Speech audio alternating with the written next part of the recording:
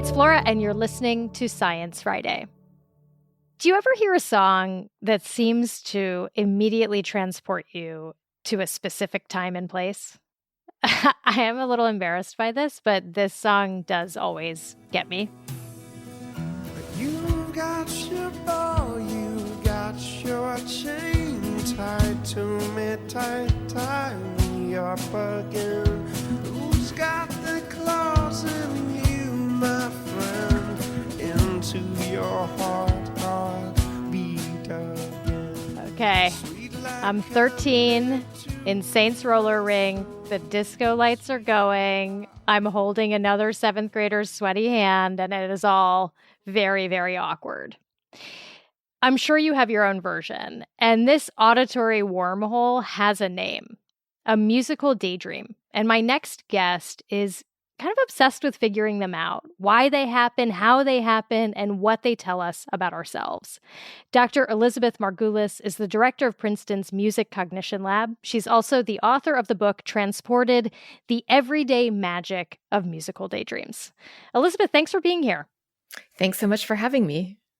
Do you have a relationship with Dave Matthews Band?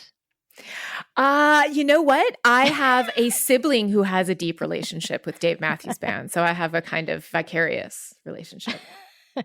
Well, you're lucky. Okay, so this may be a dumb question, but is there a scientific definition of a daydream?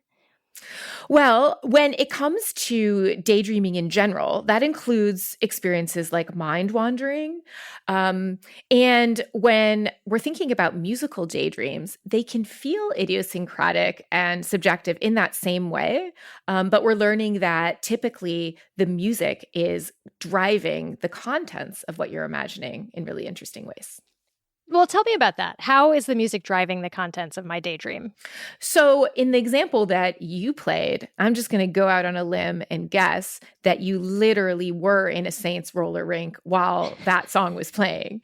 And that is one mechanism, right? That's the they're playing our song phenomenon, where something really just imprints on the sound and can come back decades later and carry with it. Like a smell. Exactly. Bringing you back. Exactly. Yeah. But, the thing about musical cues in these cases, though, is they tend to trigger more of a reliving full of these kind of sensory details than just a simple recollection. But there are also cases where it's a song you've never heard before, and it transports you to some prior phase of your life. And that can't be explainable in quite the same way. There are also cases where you hear music and you get lost in some kind of imagining of something that never really happened to you or is just entirely fantastical and couldn't really happen to you. And in those cases, the mechanism is a little different. I mean, do some types of music elicit musical daydreams more easily than others? Yes. So there's a known reminiscence bump for music from your teenage years, and where you tend to like that music more even later in life and have more vivid personal memories associated with it. But there's also a secondary reminiscence bump for music from your parents' teenage years.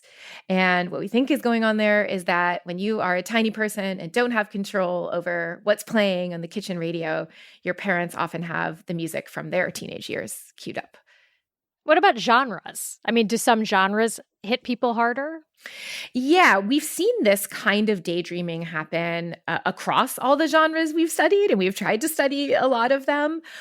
We do find that the more we're looking at kind of instrumental music that doesn't have lyrics, the more kind of pronounced we get these kinds of fantastical imaginings, especially.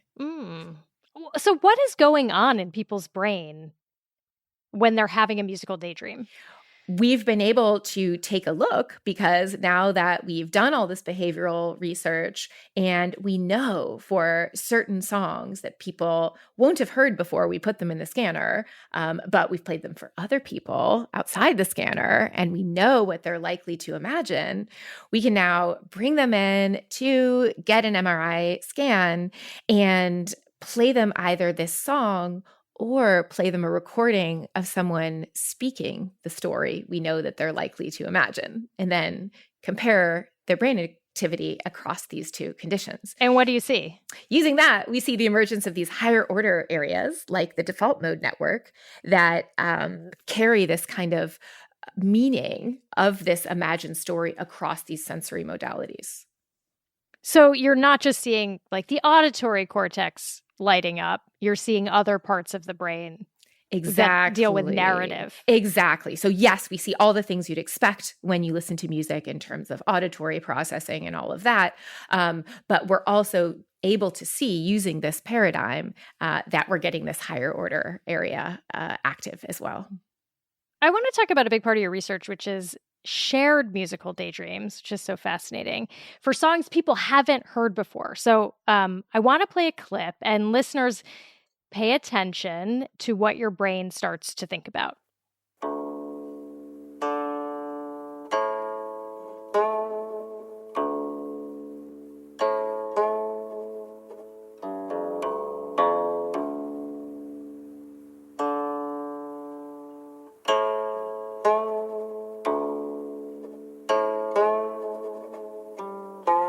Okay, so for me, I get, saloon vibes, wooden bar, one of those doors with the slats swinging open.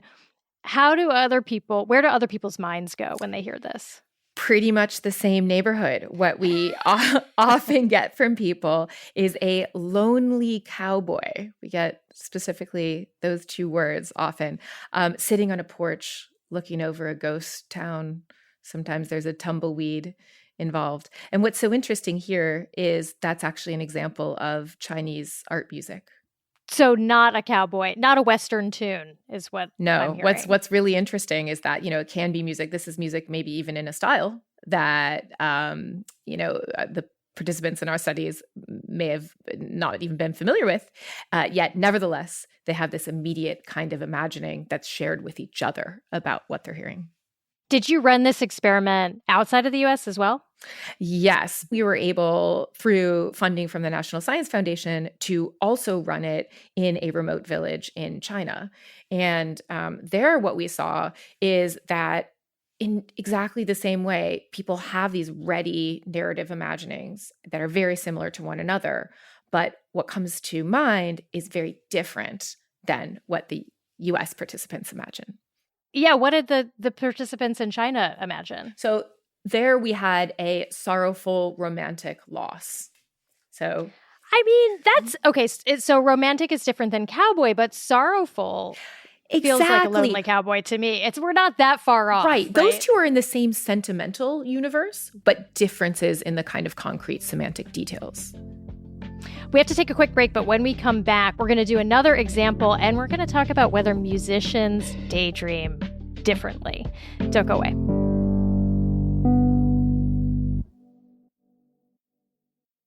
Hey, Flora here. We are wrapping up Science Friday's fiscal year on June 30th, and we could use your support. We're aiming to raise $100,000 to close out our budget. And with your help, I know we can do it.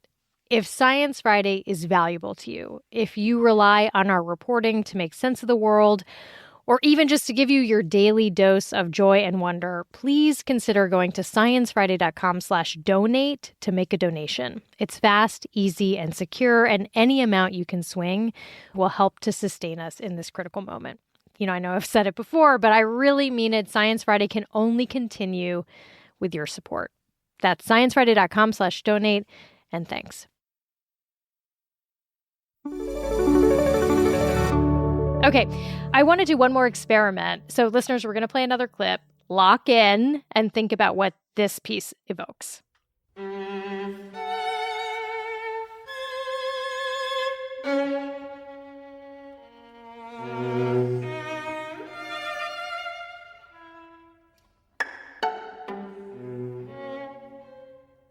Okay, for me, I'm getting candlestick in the library vibes. That's really in the same direction as what our participants said, although I would say milder. People tended to imagine someone alone in a house getting stalked by a murderer. Whoa. And this was, and this was across your two sites in America? Exactly. Yes. And, we saw this in one place coming up again and again and again. We were so surprised that, before believing these results, we wanted to run it again in a completely different geographic location, a different state. And we did that. And in came, these same reports of sinister home stalking. Did you run this in this village in rural China as well? We did, yes. We were able to take these same excerpts and bring them to this village in rural China where people speak Dong. And for this particular excerpt, and for all the excerpts, they cued stories very easily, and people within the village tended to produce stories that were very similar to other people in the village for particular excerpts. And in this case, the story that people reported was having fun outside, playing games with friends, which seems really vastly far different from the U.S. imagining. Yeah. What does that tell you? What we think is happening here is that if you are a listener in the US, you might care a lot about the fact that this excerpt is atonal and be kind of blinded to other aspects of it. So by atonal, I just mean it's not kind of following these patterns that let you make sense of a particular key that it's in or something like that.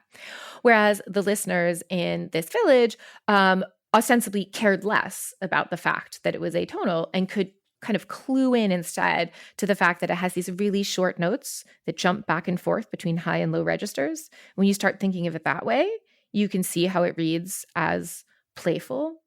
And sort of the broader point that I think emerges here is that we have these stable networks of association that emerge across lifetimes of exposure to sounds that can kind of surface and surprise us, but that it really is this shared kind of current of association and meaning that we're all kind of living within, that can fluctuate and change dynamically with time and place and the kinds of patterns that we're experiencing in our lives, but can also be stable enough to be really interesting.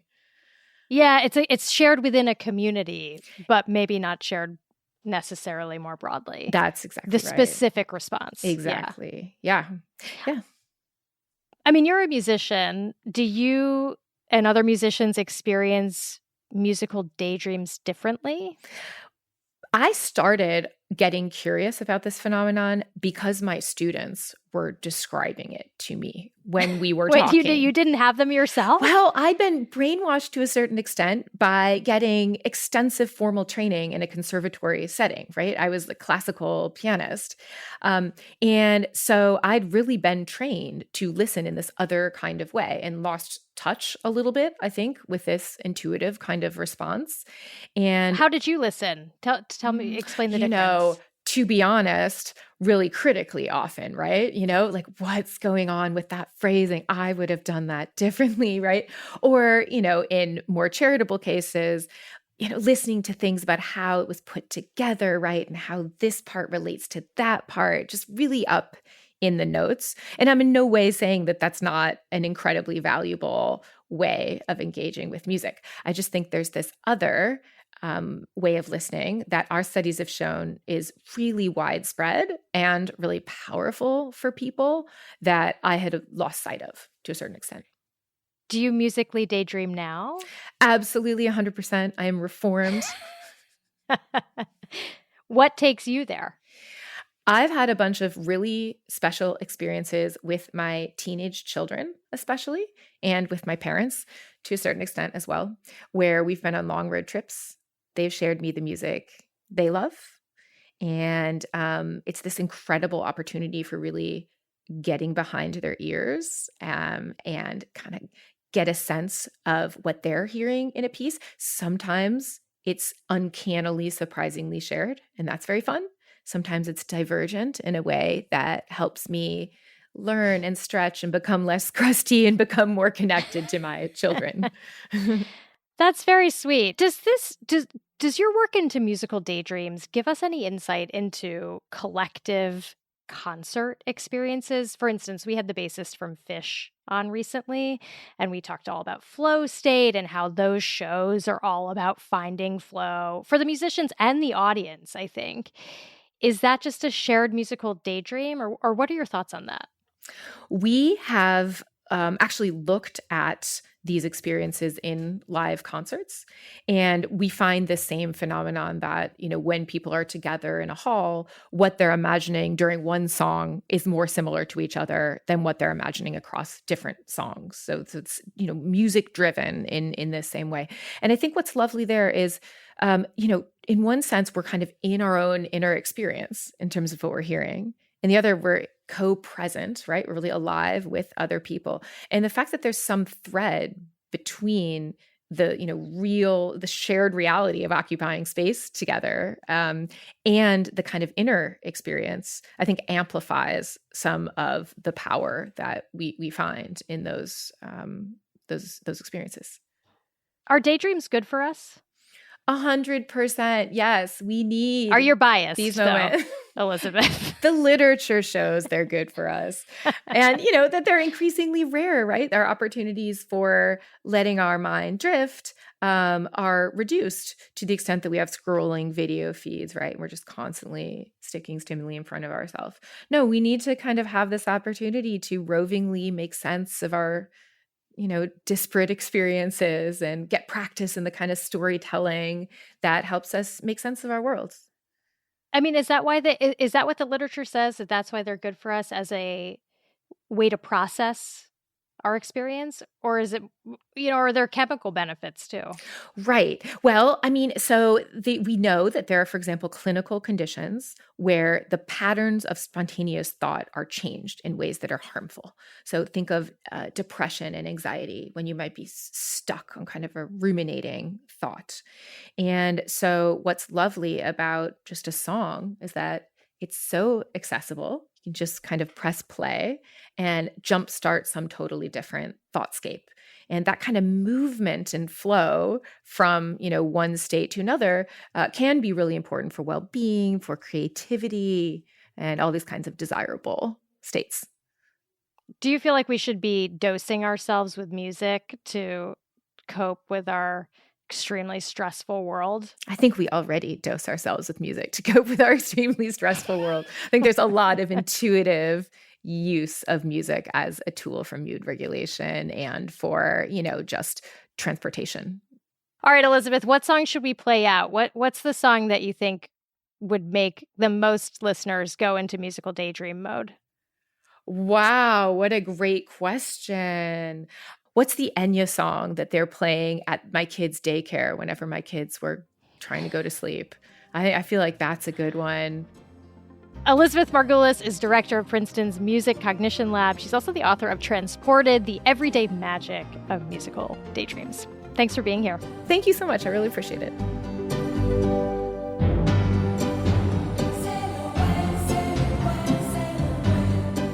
This episode was produced by Kathleen Davis, and if listening to Science Friday makes you feel a certain type of way, let us know. Leave us a review, obviously 5 stars only. Please, we'll get you next time. I'm Flora Lichtman.